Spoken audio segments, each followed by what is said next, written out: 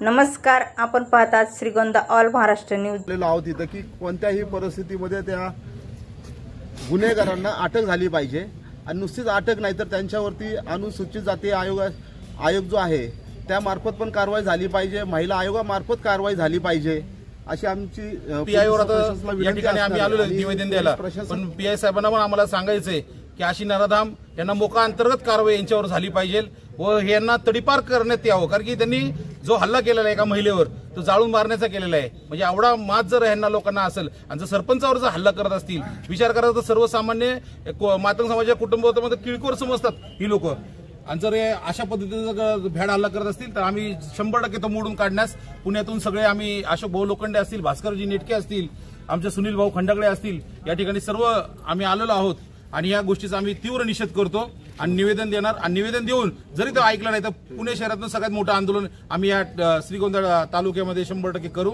आणि ताई तुम्ही घाबरायचं कारण आहे, आम्ही तुमच्या पाठीशी आहोत एवढं बोलतो आणि थांबतो। जय लवजी।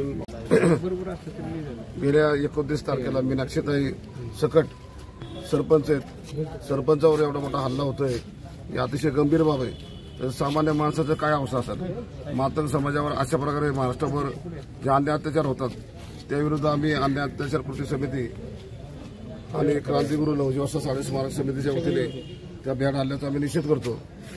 आणि येणाऱ्या काळामध्ये या 2 दिवसांमध्ये खरं तर आजच्या आजच हे सर्व आरोपी पोलिसांनी पकडलं पाहिजे, त्यांच्यावर कारवाई झाली पाहिजे आणि त्यांच्यावर अॅट्रॉसिटी अंतर्गत काही गुन्हा दाखल झालेला असेल तर कडक गुन्हा दाखल झाला पाहिजे, त्यांना जामीन मिळाला नाही पाहिजे। जर पोलीस खात्याकडून याबाबत निर्णय होत असेल तर आम्हाला नाईलाजाने मुख्यमंत्री माननीय देवेंद्र फडणवीस साहेब यांच्यापर्यंत जावं लागेल, स्वतः गृहमंत्री आहेत आणि त्यांच्यापर्यंत गेलं तर आपल्याला फार जड होईल, आम्हाला तशी वेळ येऊ नये म्हणून मी क्रांतिगुरू लवजी वस्ताद साळे स्मारक समिती पुणेच्या वतीने मी पोलिसांना आवाहन करतो की आपण लवकरात लवकर या विषयात कारवाई करावी, अन्यथा येणाऱ्या काळामध्ये महाराष्ट्रातून मातंग समाज रस्त्यावर उतरेल आणि तीव्र आंदोलन होतील, याची दखल घ्यावी।